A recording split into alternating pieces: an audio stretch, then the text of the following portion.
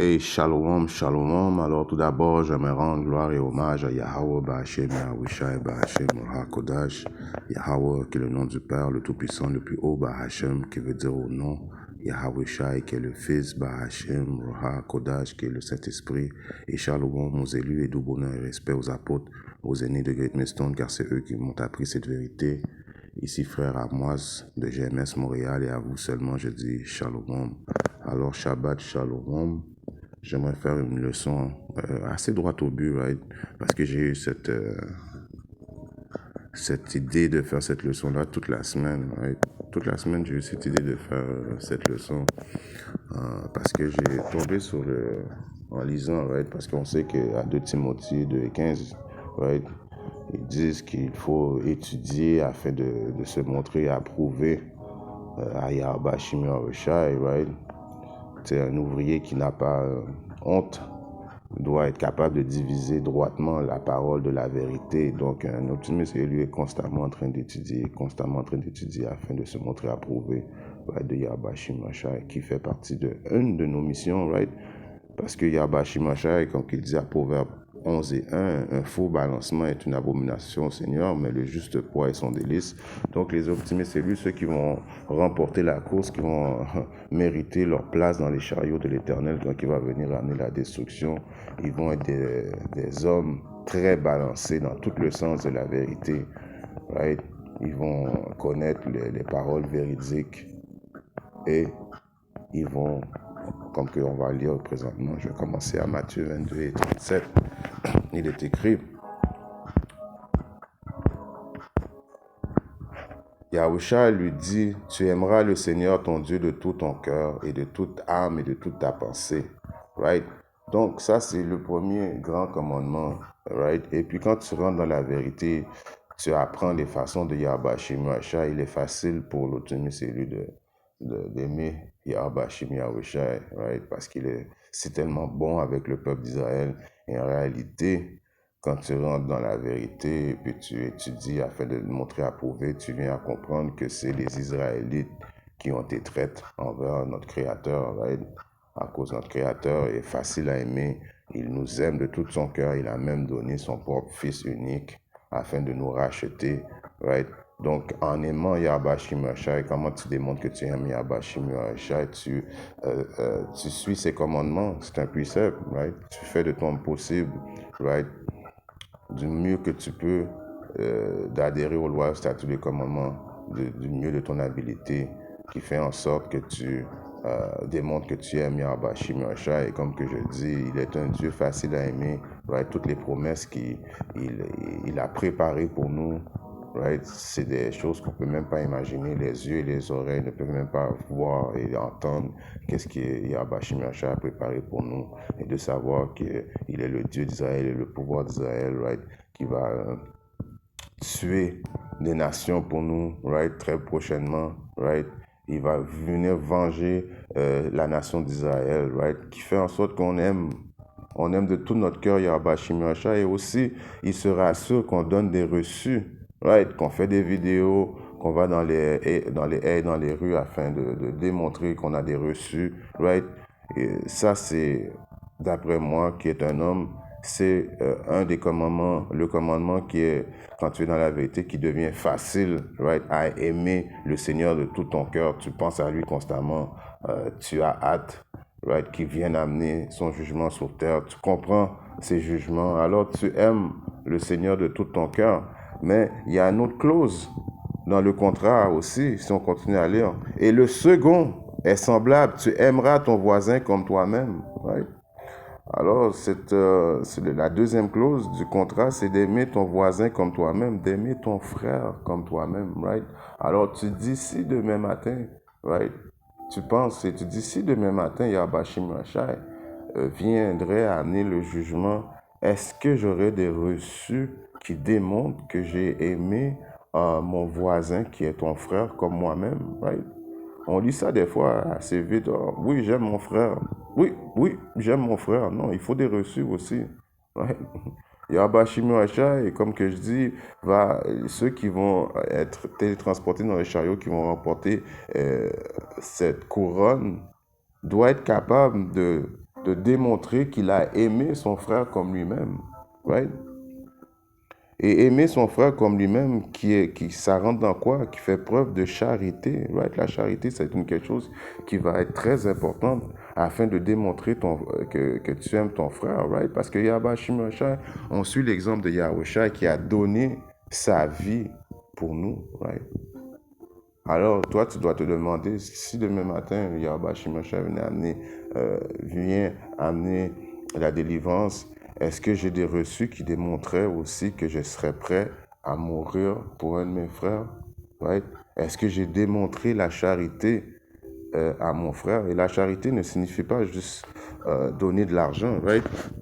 Oui, il est bon de donner de l'argent et puis ici, mais tu peux pas juste dire j'ai été charitable à un de mes frères. Quand je parle des frères, c'est ceux qui sont dans la vérité. Oh, je lui ai donné $100 et bon, mission accomplie. Non, la charité ça enveloppe beaucoup de choses d'être charitable. Charitable de ton temps, de ta patience, right? De persévérance.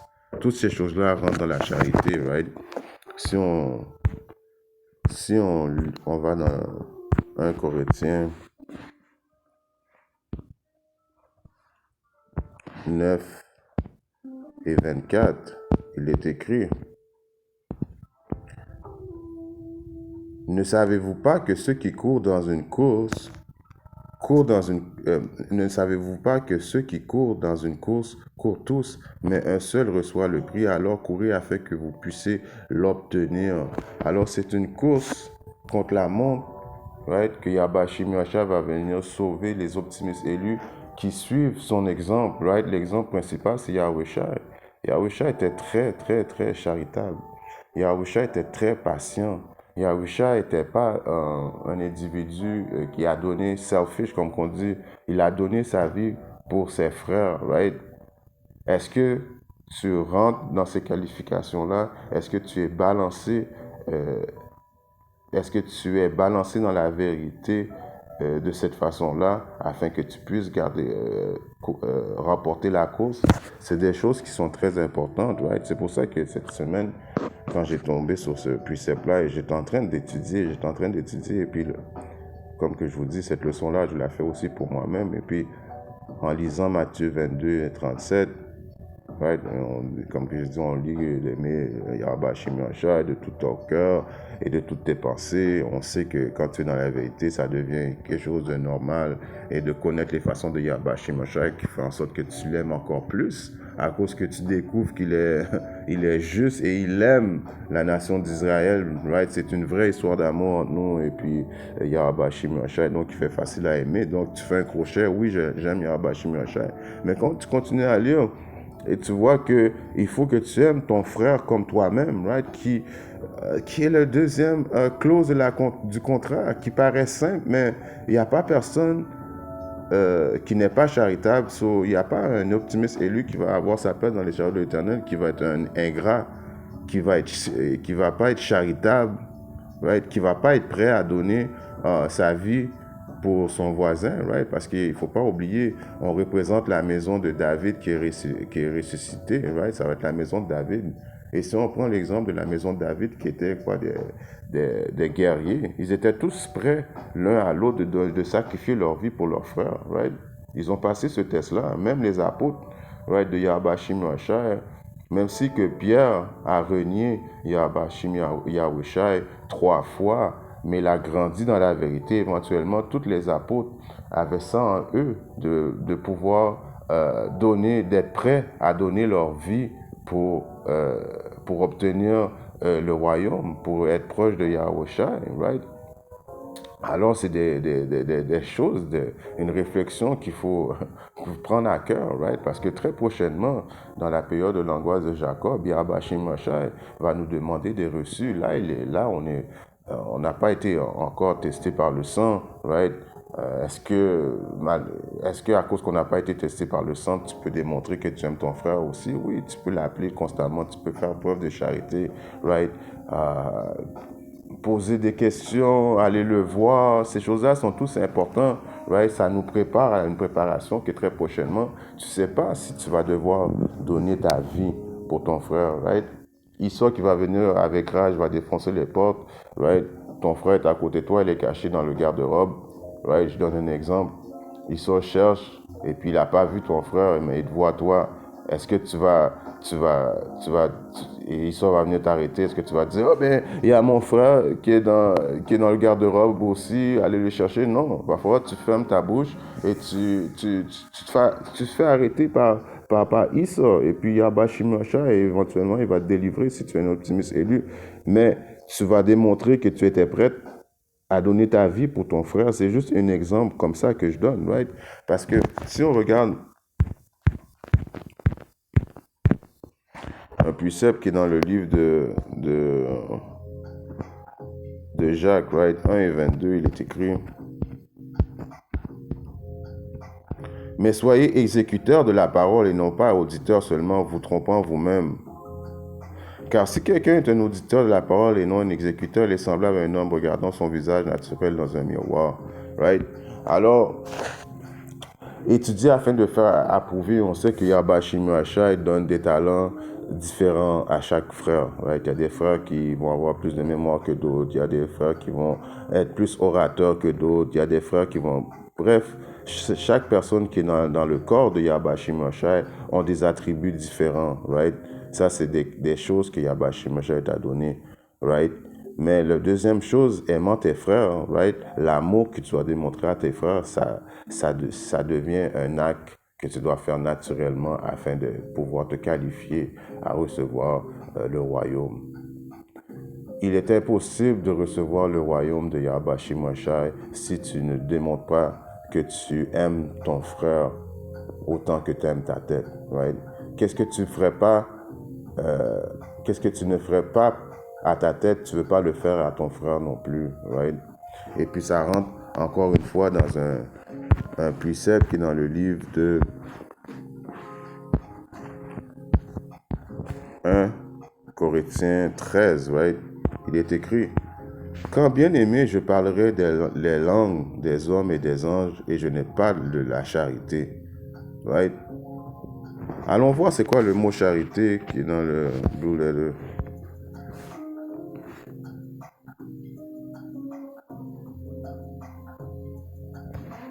Fait mon téléphone est vraiment slow. Right. Je l'avais sorti. On va voir le mot charité. Right. C'est de l'affection. Right. Quand même que tu parlerais des langues, beaucoup de langues, et tu parlerais même la langue des anges, mais tu n'as pas d'affection pour ton frère. Right. Ou tu veux pas le good pour ton frère. Goodwill, ça veut dire des bonnes intentions pour ton frère. Tu veux toujours des bonnes intentions pour ton frère. Tu veux démontrer l'affection pour ton frère. Tu veux l'appeler, right? Tu veux être constamment avec ton frère, qui démontre que tu as de la charité, right? Donner de l'argent quand il est dans un problème est une forme de charité, mais on voit la définition globale du mot charité, c'est affection, goodwill, love, bénévolence, right? Brotherly love, right? T'as un amour de ton frère, right? Tu l'aimes constamment. Du bénévolence, ça veut dire que tu es prêt à donner ton temps constamment pour ton frère, right? C'est des choses qui... c'est inévitable si tu veux atteindre le royaume de Yahba Shimosha. Et encore une fois, je fais cette leçon-là pour moi-même. Si l'esprit toute la semaine m'a fait en sorte de penser à préparer cette leçon, right?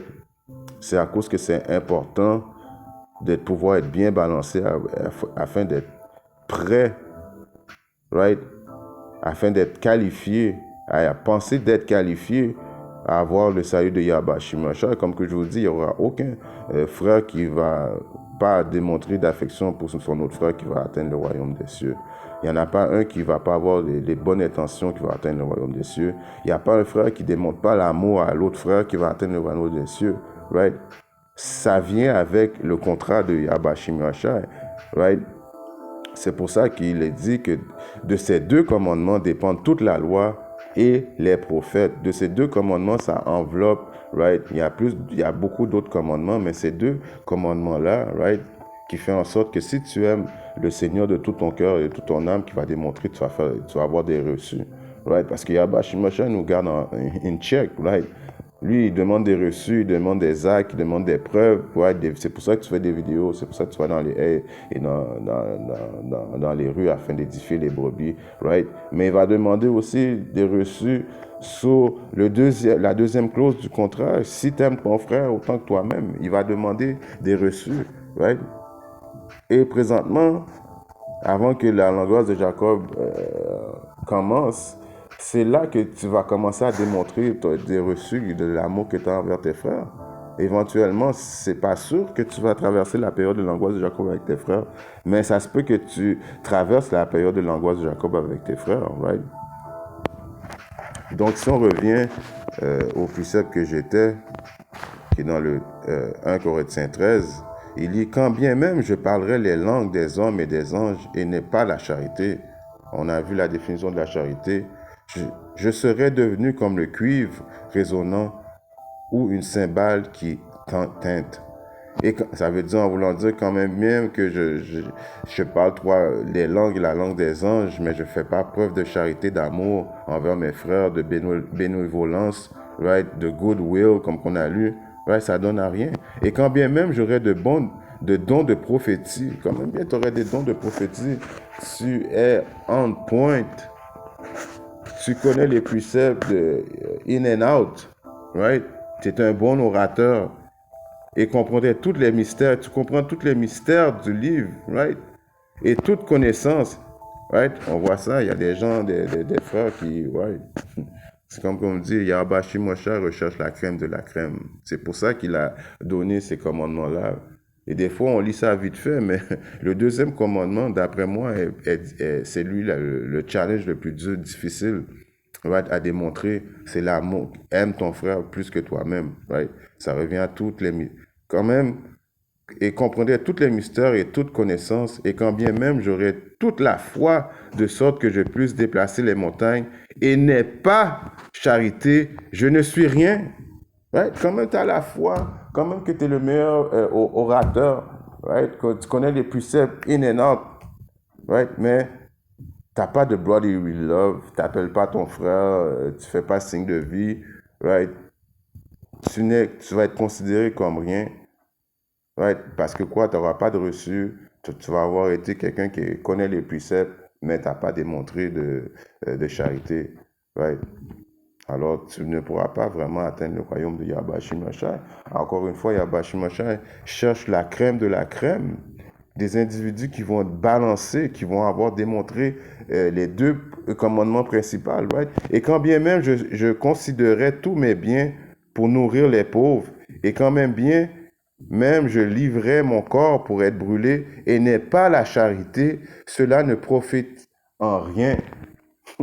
Alors vous voyez, il est impossible d'atteindre le royaume de Yahweh Shimosha sans la charité, sans démontrer que tu aimes ton frère autant que toi-même. Pourquoi? Parce que Yahweh a démontré, il a donné sa vie pour ses frères, pour nous racheter. C'est la plus grosse preuve de charité qu'il a démontrée. Right? Et on suit à l'image de Yahweh Shimosha. La charité, patience. La charité, c'est patience. Longuement est bienfaisante. La charité n'envie pas. Right? La charité ne se vante pas. Right? Tu ne vantes... n'est pas enflé d'orgueil, right? La charité, tout quand tu rentres dans la charité, c'est tous des attributs qui rentrent dans la charité, right? Elle n'en vit pas. La charité ne se vante pas, right? Tu le fais par amour que tu as pour ton frère, right? Et non à cause que tu dis, je fais une action pour recevoir une autre action. Non. It's got to be genuine, comme on dit en anglais. Elle ne se comporte pas de manière malséante. Ne cherche pas son intérêt, elle ne cherche pas l'intérêt. La charité est honnête, right? N'est pas facilement provoquée, ne pense aucun mal, ne se réjouit pas en l'iniquité, mais se réjouit en la vérité. Supporte toutes choses, croit toutes choses, espère toutes choses, endure toutes choses. La charité ne fait jamais défaut, mais s'il y a des prophéties, elles feront défaut. S'il y a des langues, elles cesseront. S'il y a de la connaissance, elle disparaîtra. Alors, vous voyez comment qu'elle est importante, la charité que tu fais, que tu démontres à ton frère, right? Qui rentre dans l'amour, de démontrer l'amour que tu as pour ton frère, d'aimer ton frère autant que tu aimes ta tête, ça rentre dans la charité. Et puis, Yahba Shimashai, avant de te donner la couronne, il va te demander des reçus là-dessus, right? C'est pour ça que moi, comme j'ai dit, j'ai fait cette leçon pour moi-même aussi, en disant, si ça arriverait demain matin, que Yahba Shimashai vienne amener le salut, est-ce que mes frères, dans la vérité, pourraient témoigner honnêtement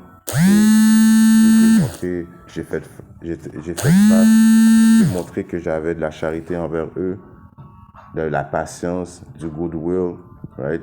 Alors c'est des choses à penser, des choses à travailler avant qu'il soit trop tard, parce que sans la charité, il est impossible d'atteindre le royaume des cieux. En espérant que cette petite leçon droite au but a été édifiante. Shalom.